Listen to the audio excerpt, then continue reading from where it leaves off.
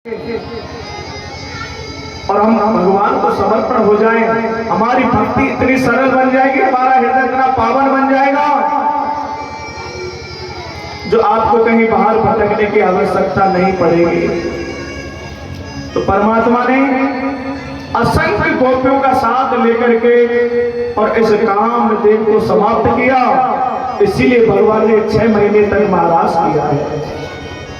अब देवर्षि नारद के मन में बात आ गई कि भगवान लीला करने में लगे हुए हैं और वो पाप का घड़ा बहुत भर चुका है, अब तो उसको फोड़ देना चाहिए। देवर्षि नारद पहले कहाँ गए हैं? कंस दरबार में पहुंचे हैं।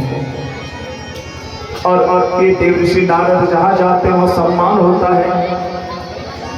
आओ गुरुदेव, बड़ा स्वागत सम्मान किया कंस ने। देवर्षि नारद कहने लगे, आ कहां जाएं? आपने अभी तो छोटे छोटे को बालक समाप्त नहीं किए।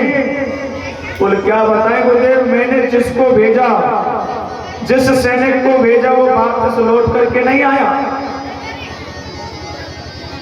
तो देवर्षि नारद ने युक्ति बताई कि तुम्हारे पास में एक शंकर भगवान का दिया हुआ धनुष है, उस धनुष की स्वयंवर वेला करो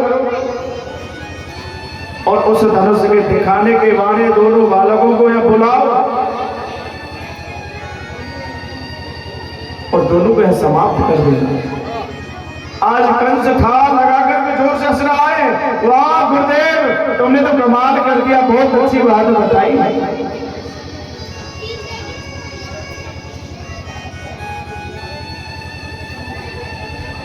देवर्षि नारद कहते हैं, मैं तुम्हारी विजय सुनना चाहता हूं, मेरे कानों में आपकी विजय की आवाज आनी चाहिए।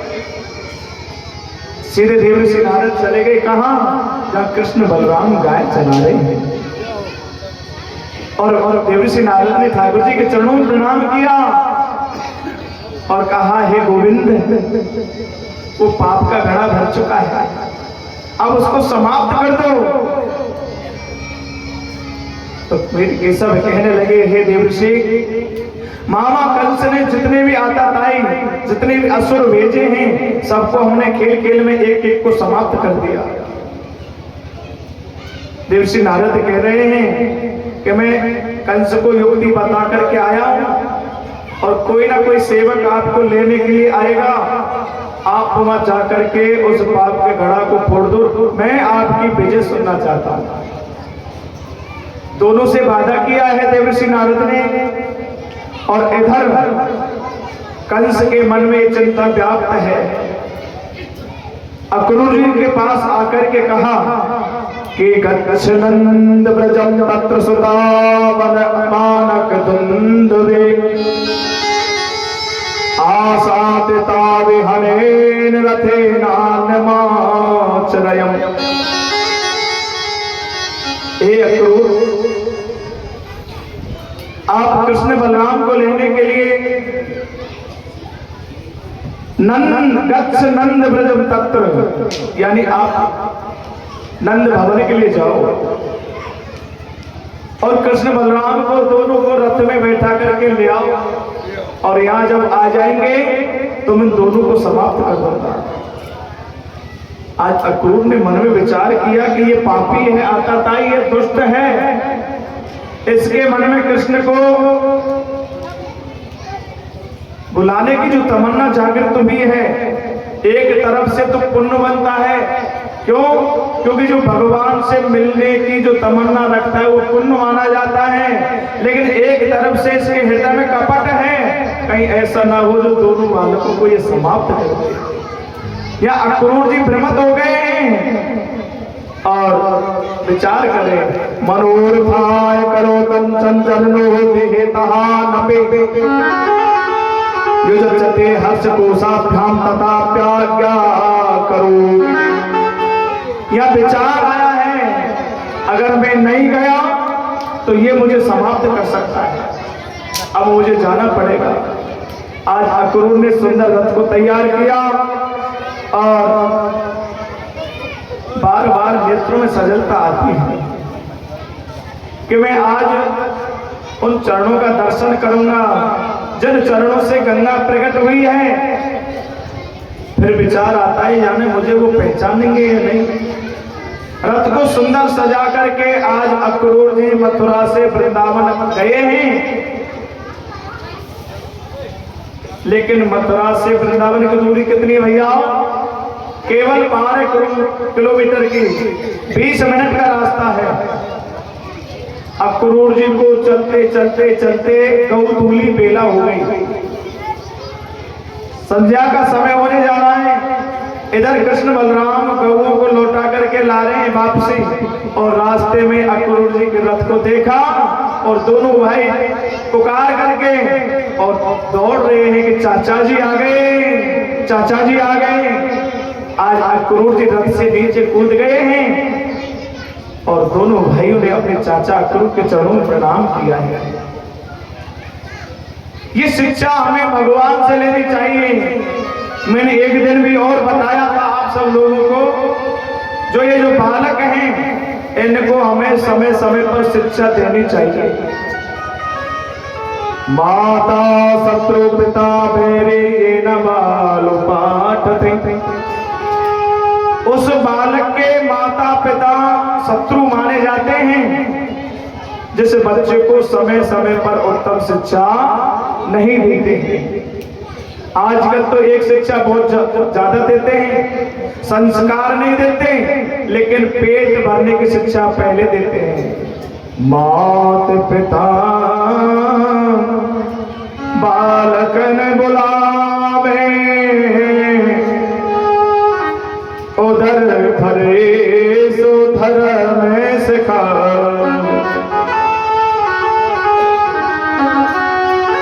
पेट भरने की शिक्षा पहले देते हैं। अगर उत्तम शिक्षा हमने समय समय पर प्रदान कराई, संस्कार अच्छे दे दिए भैया, तो अपने पेट की क्या चर्चा करोगे, तुम्हारा और दूसरे का भी पेट भरेगा। इसलिए हमें बच्चों का विशेष ध्यान रखना है। आजकल जो गलत खान पान जो चल रहा है, इस पर कोई ध्यान नहीं देता। ये पीछे जाकर के तो खुदाई बन जाते हैं। आज मेरे गोविंद ने अपने चाचा अक्रूर के चरणों में प्रणाम किया और अक्रूर ने दोनों बालकों को अंक में भर दिया। और मेरे गोविंद कहते हैं, चाचा जी हमें पता है आप किस लिए आए हो, मुझे सब मालूम है, लेकिन इन सब बातों को जाकर के तुम मैया यशोदा से मत कहना। मेरी मैया को अगर पता लग गया वो भोजन भी नहीं करेगी, रो रो करके अधीर हो जाएगी। आज अपने चाचा के साथ में चर्चा करते हुए मेरे गोविंद नंद भवन पर आ गए और संध्या का समय है। मैया यशोदा ने भोजन प्रसादी बनाई है। कृष्ण बलराम को भोजन पवाया, अक्रूर जी को भोजन पवाया, और जो कृष्ण के सखा हैं वो आकर के मेरे गोविंद से कहते हैं, भैया कन्हैया आज खेलवे नहीं चल लो। आज मेरे गोविंद ने कहा, भैया एक जैसो समय तो काऊ को ना रहो, आज हमारे खेलवे को मन ना है।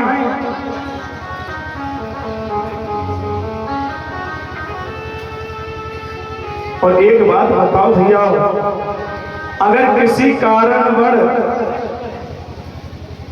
कोई समस्या सामने आ जाए और हमारा आपका बिछड़ना है जाए तो आप क्या करोगे?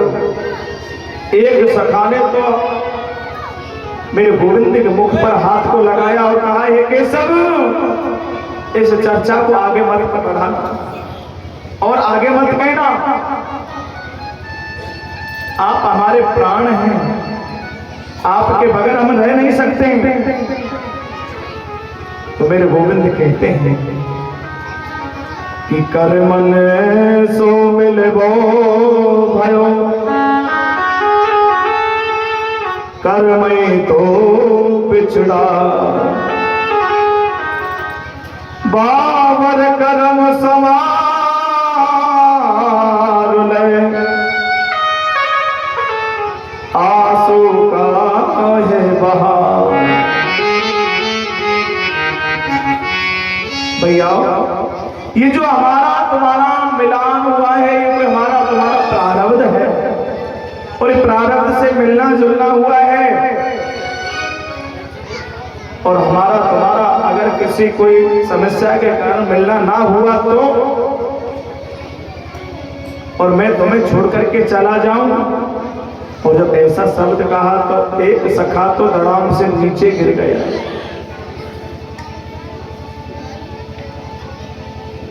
जिस कन्हैया ने उन ग्वाल वालों के साथ में लीला की, मेरे गोविंद को घोड़ा बना करके जो गोप ग्वाल वाल जिस मेरे केसर के ऊपर बैठ करके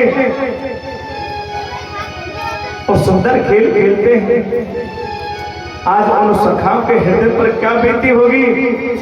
और मेरे गोविंद का हृदय बड़ा विदीर्ण हो रहा है। और अक्रूर के मुख से निकल गया, मैया यशोदा भोजन कर रही थी, एक गिलास हाथ में लगा हुआ था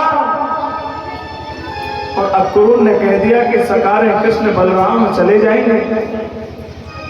और मैया यशोदा के हाथ से वो रोटी का गिलास नीचे गिर गया है। और मैया यशोदा कहने लगी, चोरे तू कौन है जो कृष्ण बलराम को तू हमसे दूर करना चाहता है? तेरा नाम अक्रूर किसने रख दिया? तू तो बड़ा क्रूर बन के आया है। मैं कृष्ण बलराम को जाने नहीं दूंगी। कृष्ण बलराम तो मेरे प्राण हैं और मेरे धन्य से गोविंद खड़े होकर के मैया की गोद में आकर के बैठ गए और मैया की ठोड़ी को पकड़ के कहने लगे, मां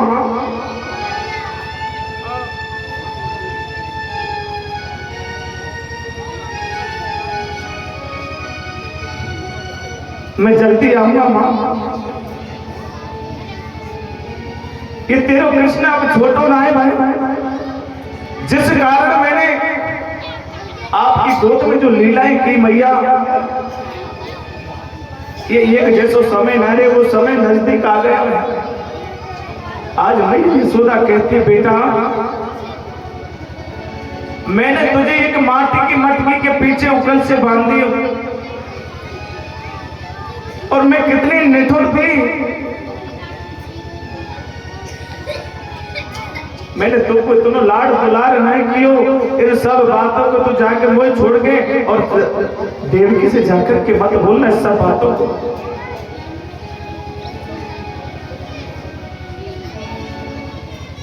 और गोपियों ने जाके जो पता नहीं कैसे पता लग गया और मैया यशोदा ने भी पूछ लिया, अरे गोपियों आपको पता नहीं है आज से हमारे ब्रिज पर कितना बड़ा पहाड़ टूटने वाला है।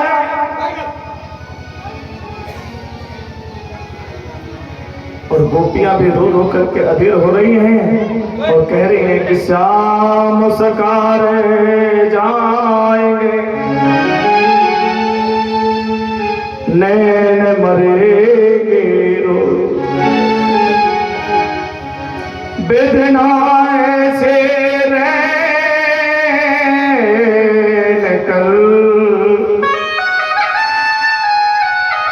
जो भोर कभो नहीं हो।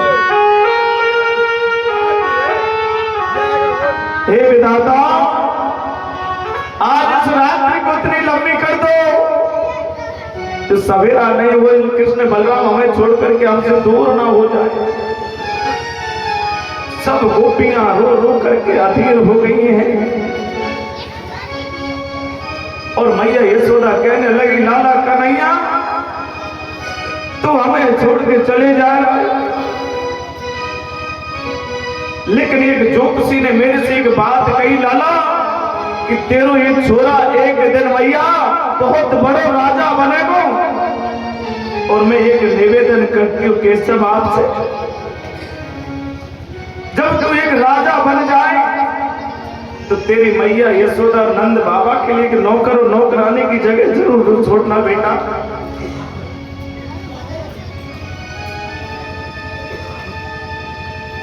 इस ब्रज में जो गोपियां तेरे ऊपर उलाना लेकर के आई थी,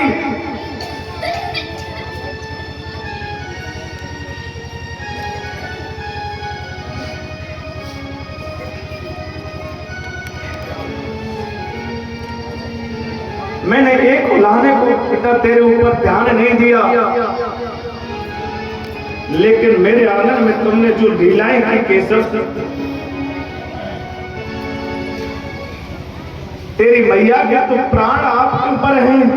आप मुझे छोड़ करके चले जाएंगे तो तेरी मैया जीवित कैसे रहेगी लाला। आज मेरे गोविंद के हृदय पर क्या बीती होगी उस समय जिस मैया ने उंगली पकड़ करके मेरे गोविंद को चलना सिखाया। नन्हे से कन्हैया ने मैया यशोदा के आंगन में जो लीलाएं की, उन सब ब्रजवासियों को सुख प्रदान कराया।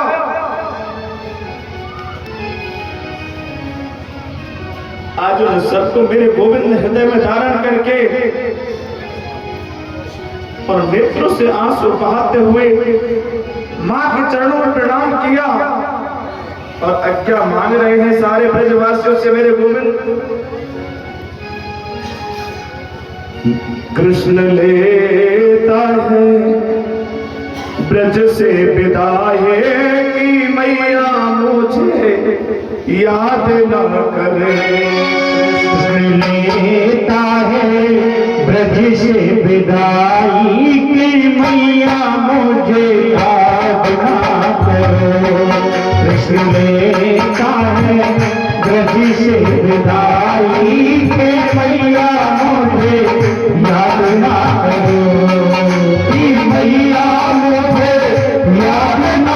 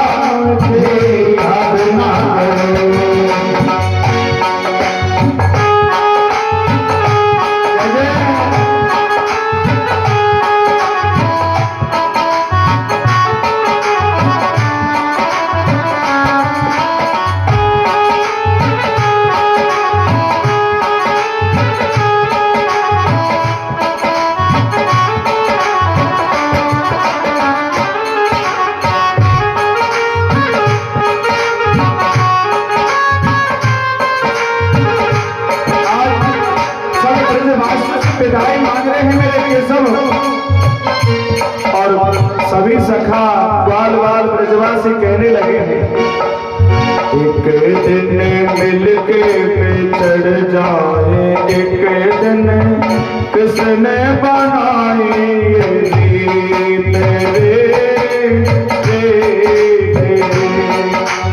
एक दिन मिलके पे चढ़ जाए, एक दिन किसने बनाई रीत रे, किसने बनाई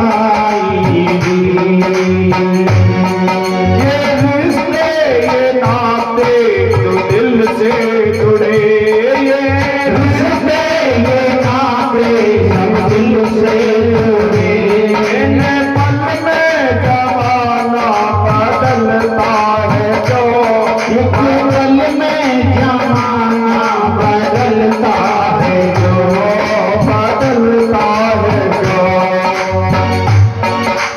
एक दिन मिलके बिछड़ जाए, एक दिन किसने बनाए ये रीत रे, रीत रे।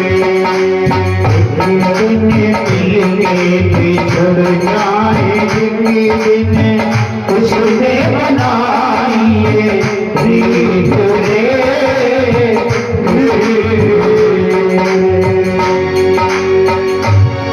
आज सब ब्रजवासियों से विदाई मांगी है मेरे प्रभु ने, और आज्ञा लेकर के जैसे रथ में बैठे हैं, आगे गोपियों ने रथ को घेर लिया है, और मेरे गोविंद ने सब गोपियों को समझाया कि मैं परसों के दिन आ जाऊंगा। सबको सांत्वना बना करके मेरे केशव ब्रज छोड़ करके गए हैं। एक गोपी वृक्ष के ऊपर चढ़ गई है और रथ की धूल जब तक दिखाई दी देखती रही, और जब मेरे गोविंद का जब रथ नजर नहीं आया, वृक्ष से नीचे धड़ाम से गिरी और गिरते ही गोपी का प्राणांत हो गया। और एक कौवा आया, उसके शरीर को भेदन करने लगा, चुभने लगा, और गोपी के प्राणों की आवाज आ गई कि काले मोह के कागला तू चुन चुन खेयो मांस, मेरे दोने नामत खायो, इन्हें हरि मिलन की आस। ए भैया कागला, मेरे संपूर्ण शरीर को आप चुग लेना, लेकिन मुझे त्योर नैनों को जरूर छोड़ देना। क्यों? मुझे विश्वास है वो नंद नंदन घनश्याम, वो श्याम सुंदर जरूर दर्शन देने के लिए आया। ऐसा सुंदर भाव ब्रजवासियों का। आज जैसे जमुना पे आए हैं और कृष्ण बलराम कहने लगे चाचा जी भूख लगी है। अक्रूर के मन में एक खेद हुआ है कि ये क्या कंस से युद्ध करेंगे। अभी अभी बाल भोग प्रसाद पवा के लाए हैं और इनको यहाँ भूख लग गई। चलो ठीक है, थोड़ा जमुना जी में स्नान कर लें, उसके बाद बाल भोग प्रसाद कुछ मिलेगा। आज अक्रूर जी ने जैसी यमुना मैया में डुबकी लगाई है और भगवान ने जल के अंदर चतुर्भुज रूप में दर्शन दिया। बोले चतुर्भुज नारायण भगवान की जय हो। अक्रूर के अंदर जो मोह हुआ था वो दूर हुआ, और आज जैसे ही मथुरा में आए, मथुरा के बगीचों में जाकर के नंद बाबा ग्वाल वालों को लेकर के पहले पहुंच गए और ग्वाल वालों से कहा, सब आपस में मिले हैं कि भैया ये माँ बाप की नगरी को देख करके हमें बड़ी अच्छी नगरी है।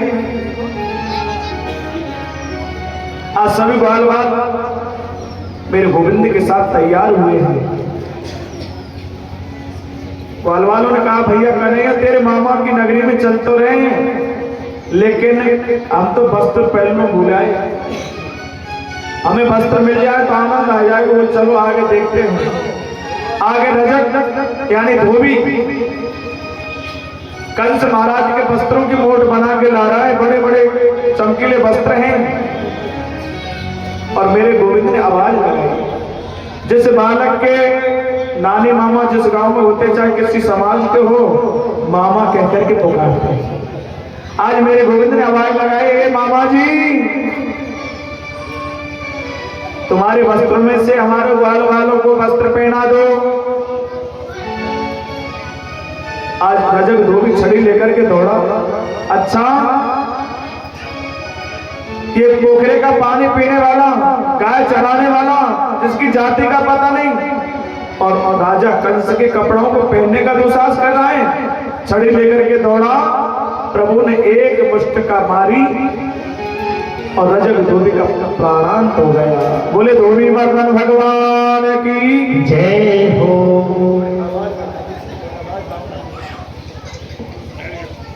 रजक धोबी का प्राणांत हो। सब धोबी थे मोटों को पकड़ पटक करके भागने लगे। कन्हैया कहने लगे, भैया पहन लो अपने मन के से वस्त्र। सबने वस्त्र पहने, चमकीले ढीले ढाले, राजकुमार में झाड़ू सा लगने लगा।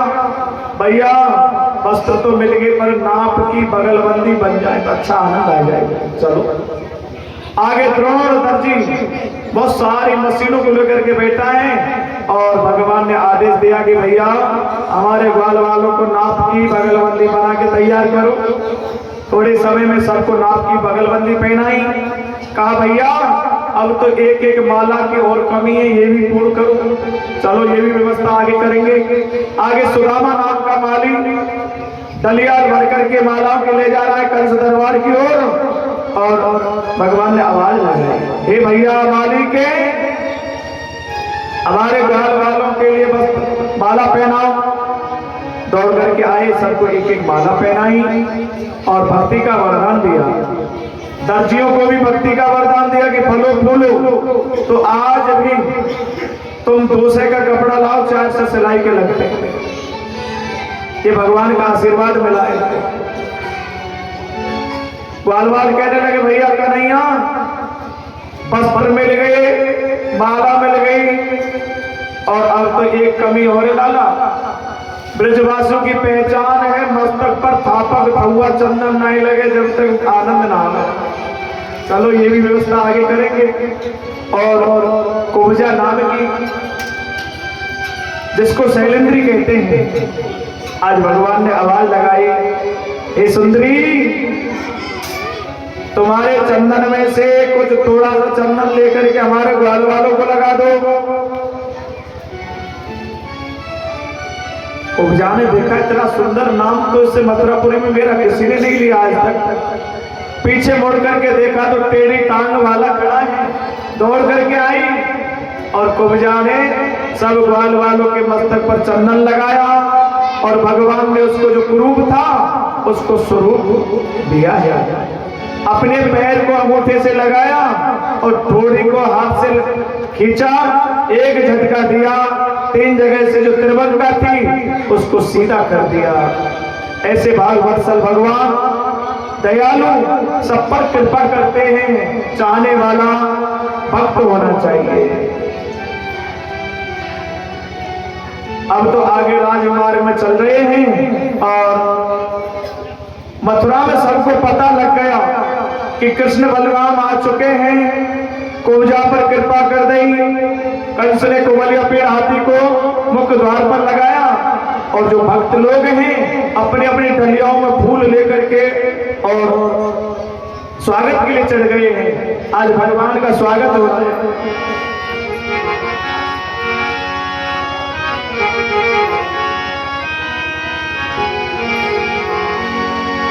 धाये धाम काम सब त्यागी, धाये धाम काम सब त्यागी।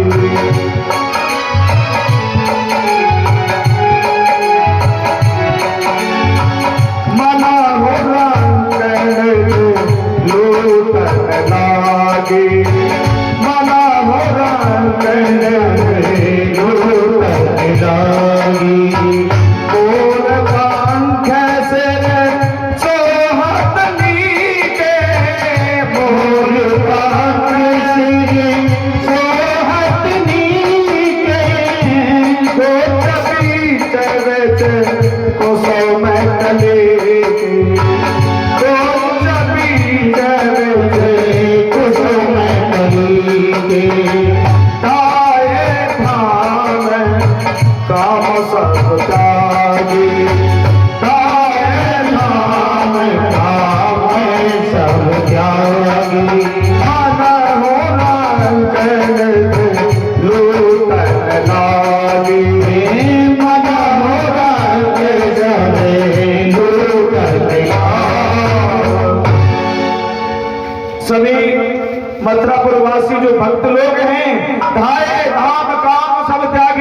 सब काम को छोड़ दिया, अपने महल अटारियों में भगवान को पुष्प की वर्षा कर रहे हैं। और मोर पंख सिर सोहत नीके, गुच्छ बीच विच कुसुम कली के।